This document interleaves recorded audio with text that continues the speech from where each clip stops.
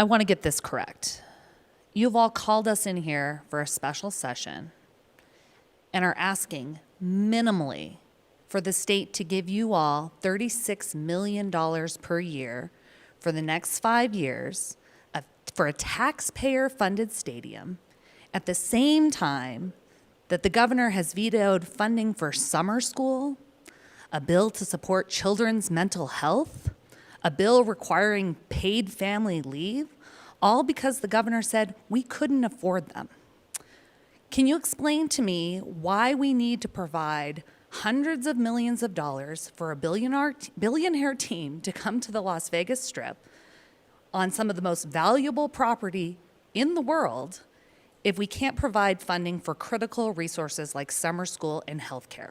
And to follow up on that, I guess my specific question is can you explain to me why this is such a good deal that we should agree that no taxes generated on the corner of Las Vegas Boulevard and Tropicana should go to these critical state and local services for the next 30 years?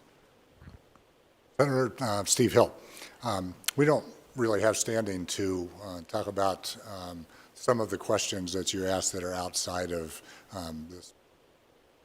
The reason that we are asking for this proposal are really those two that I talked about at the beginning.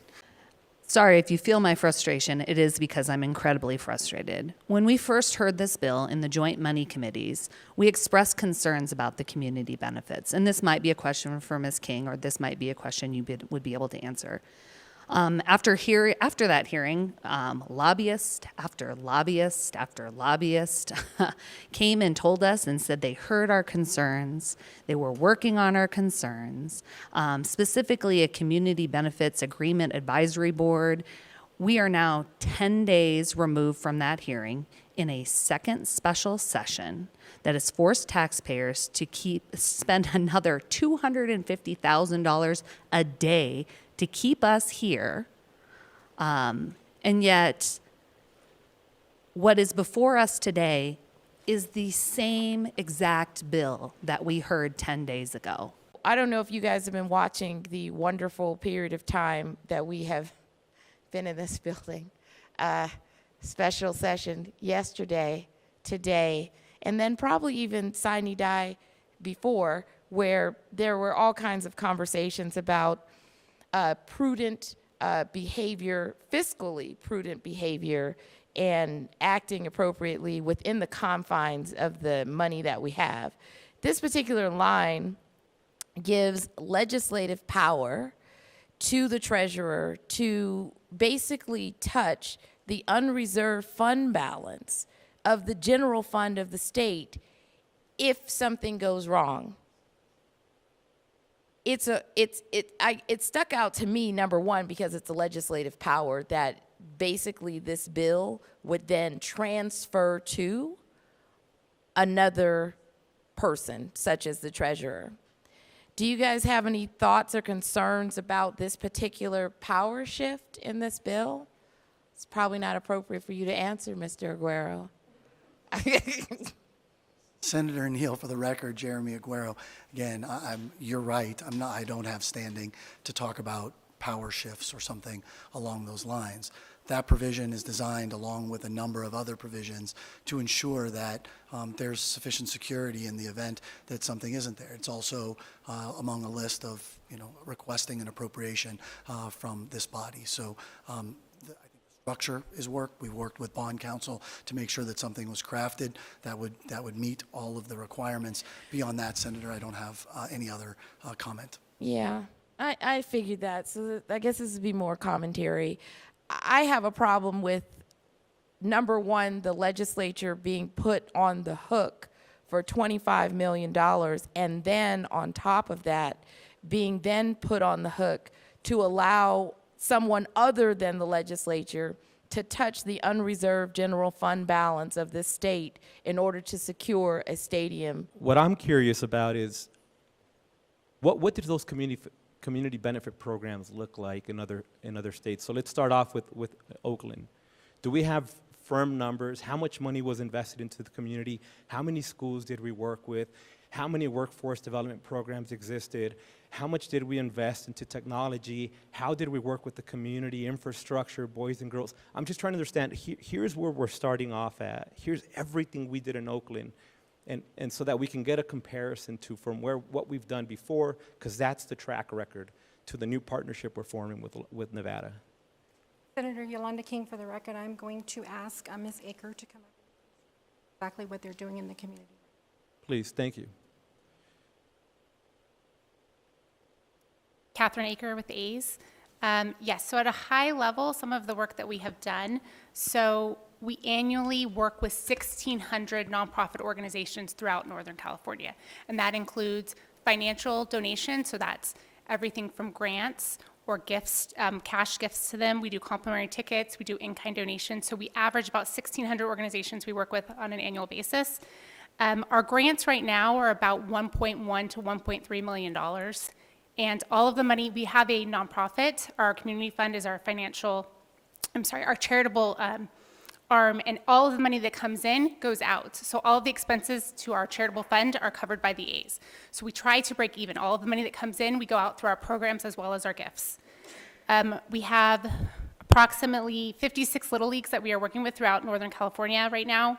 That's 21,000 youth participate in our youth baseball and softball programs. That's everything from uniforms to coaching clinics to player clinics, free tickets, coming out to the games, scholarship programs, and things like that. As I mentioned earlier, 800 classrooms participate in our literacy and math programs. This year alone, we did over $1 million pages were read through our literacy programs.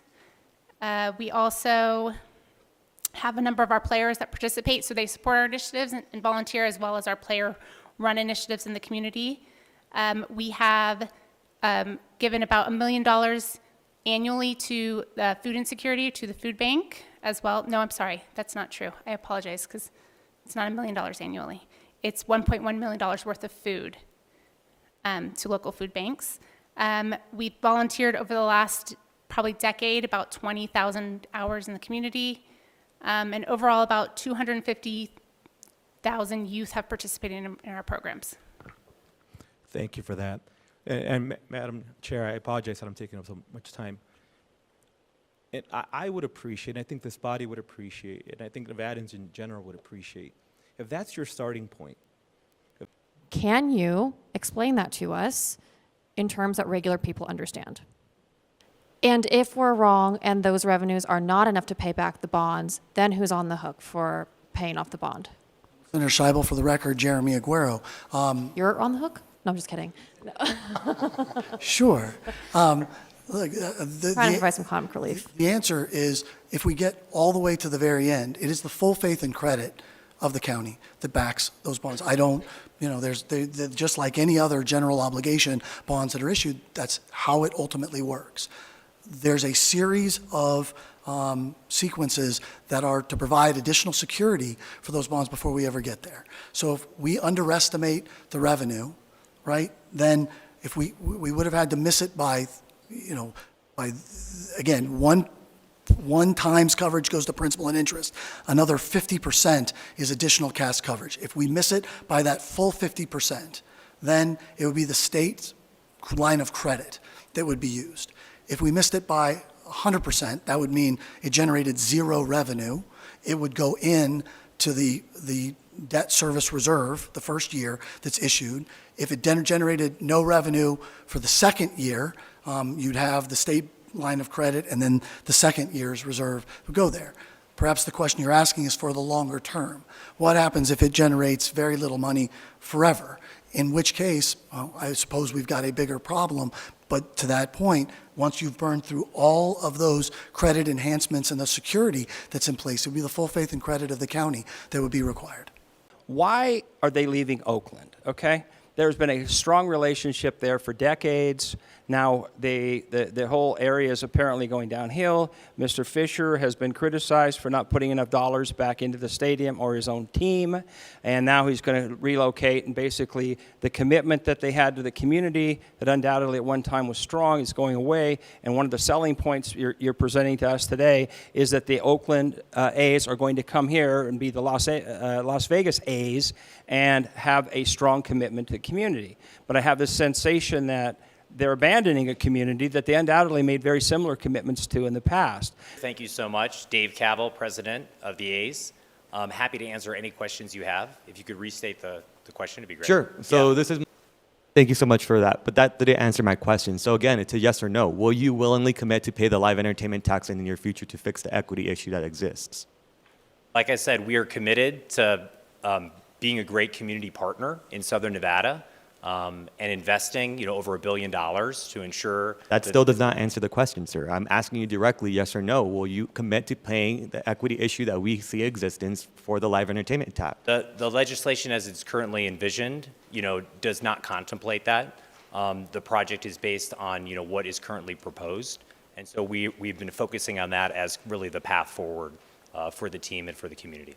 Thank you. I mean, I find that disingenuous. I asked you directly, you're going to be capturing this as part of your legislation, yet you can't even commit to doing it yourself. And so I think that's something that the taxpayers must know of this state, but I divert my questions for the next round. Thank you. I'm going to do a little bit of math here. So, pull out your calculator or trust my numbers either way. For those who want to follow along, grab your phone, pull out your calculator. So let's assume that in year one, the A's are somehow able to double their average attendance to 18,000 for 81 games. That would be 1,458,000 in attendance. In order to meet your projections, we'd have to take the 2.6 million, subtract 1.458. That leaves you with 1,142,000 to be made up by the remaining 14 ticketed events. In order to do that, we take 1,142,000 divided by 14. That would be 81,572 people in attendance for the remaining 14 events. That's more than double the capacity of this proposed stadium. So let me be a bit more generous. Let's assume the average attendance is tripled. That would be 2,187,000 people in attendance. So we take 2.6 million, subtract 2,187,000. That would only leave now 413,000 to be made up by the remaining 14 ticketed events. 413,000 divided by 14 is 29,500 people in attendance. So that would be a required sellout for the remaining 14 events. Is it reasonable to assume that the A's will triple its attendance in years 1, 2, or even 3? Senator Harris, for the record, Jeremy Aguero. I take no issue with the underlying mathematics. If the question is whether the A's build a stadium in Las Vegas and are able to generate attendance in the 50th percentile of all Major League Baseball teams anywhere in the United States, yeah. Don't have the money, but we come 2 days after special session ends. I'm sorry, the session ends with a special session, but now we have the money, but we didn't have the money for mental health. We didn't have the money for hospitals. We didn't have the money for homeless to really address homelessness. And $5 million to me is a lot of money. But that's just because I've never had $5 million. But when in the grand scheme of things, and you look at how homelessness has become more and more pervasive, and part of that is because affordable housing does not exist. $5 million towards that problem, towards that challenge, is probably like saying, can you buy me a Coke? And so we would really have to look at it through the lens of how pervasive is the problem. And if we're going to be a good community partner, how do we come up from $5 million so that it really, really, really addresses the problem? Because if we don't do these tax credits, that means that there's going to be money that we can do some other things with. And as far as the transferable tax credits, that for me, if we give that to you, but then you can transfer, you can sell it to someone else. Here we go again, because now you're talking about tax dollars that are here and now, but they're not going to be, and in the future sometime, maybe they will be again. Does that make sense to you? I'm just trying to. These are questions from people who text me, but they're also questions that I've been trying to figure out in my head, and so I will tell you the transferable tax credits are a problem for me. Senator Spearman, Steve Hill. Just to be clear, the process of redeeming those tax credits does not ever create any additional cost to state or local government. It's the original amount. That's all the cost that there will be, regardless of how they are then ultimately redeemed in the future. And I did have the opportunity to meet and talk with the A's owner, Mr. Fisher. He seems like a fine man and a person of high integrity. Probably at least 20 minutes or so folks can get up, walk around, use the restroom, get a drink. I know, me too. And so the committee will be in a brief recess. I feel like my remarks from the live entertainment tax were not completely there, so I want to try again. I don't know if Mr. Caval is here to answer questions or if I can direct them to you all. Is he still here? Or I'll direct them to you all. Okay. My name is Steve Pastorino, Pastorino, and I live in Senator Dondero Loop's district. But from 2014 to 2018, I was a senior executive for the Oakland Athletics, living in Oakland, California.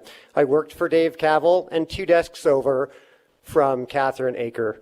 There are so many holes in what the A's are trying to sell us that I can't cover it in 2 minutes, but just a few. First of all, the walking, talking bobblehead known as Dave Cavil can't even answer Senator Donate's questions today about whether the A's will participate in the live entertainment tax. You cannot trust Dave Cavil. My former colleague, Catherine Aker, sent here to do John Fisher's bidding, meekly offering $1 million in community support. How many fields does $1 million build? Those of us who are in Clark County who have seen our high schools redo all their football fields in recent years, $1 million is a drop in the bucket. The A's community programs are a joke in Oakland, and they're going to be no better here in Las Vegas. When asked by Senator Flores how much time, money, and effort the A's put into developing or drafting one player, no one could answer because the A's representatives aren't here talking to you.